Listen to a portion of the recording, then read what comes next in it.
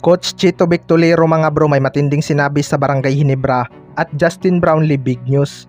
Yan mga bro, pagkatapos mong i-like ang ating video, mag-subscribe na rin kung bago ka pa lang sa ating channel at i-click ang notification bell para lagi kang updated sa ating mga sports balita.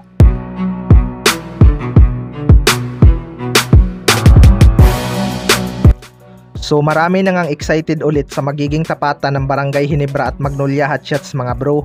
Isa nga itong Manila Clasico sa mga pinaka-exciting panoorin ngayong conference.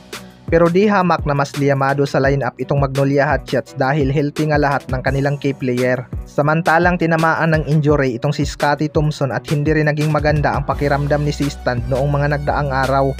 Ayon nga daw kay Coach Chito Victolero mga bro ay wag silang maging kampante dahil alam naman natin ang kakayanan nitong Barangay Ginebra. Kahit dehado yan, lalaban at lalaban nga yan. Marami na ngang upset win na nalagpasan itong Barangay Ginebra. Lalo na ngayon at galing sila sa talo, delikado ngang kalaban itong Barangay Ginebra pag ganyan mga bro. Dahil babounce back nga sila. Hindi nga papayag itong si Coach Timko na matalo sila ng sunod-sunod. Kaya panigurado may adjustment na itong ginawa, partikular na sa kanilang depensa. Ito nga ang nawala sa kanila noong laban nila sa Meralco Bolts at sinamantala nga ng Meralco Bolts yun. Kaya abangan na lang natin yan. Sa kabilang banda naman mga bro, Justin Brownlee big news. Ito nga si Justin Brownlee ay sikat na sikat sa Indonesia ngayon mga bro. Dumami nga ang nanonood ng IBL lalo na dito sa Pilipinas dahil kay Justin Brownlee.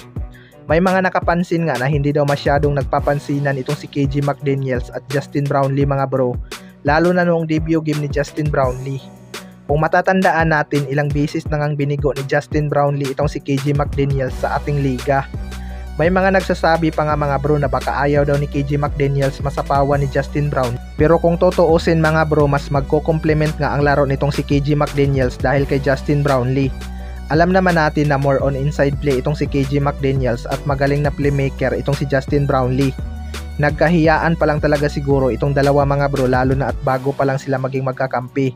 Panigurado magiging suki na din ng Pilita Jaya itong si Justin Brownlee mga bro kapag available at walang laro sa Pilipinas. Napabilib nga daw nitong si Justin Brownlee ang management ng Pilita Jaya at baka sa susunod ay tataasan na nila ang offer dito.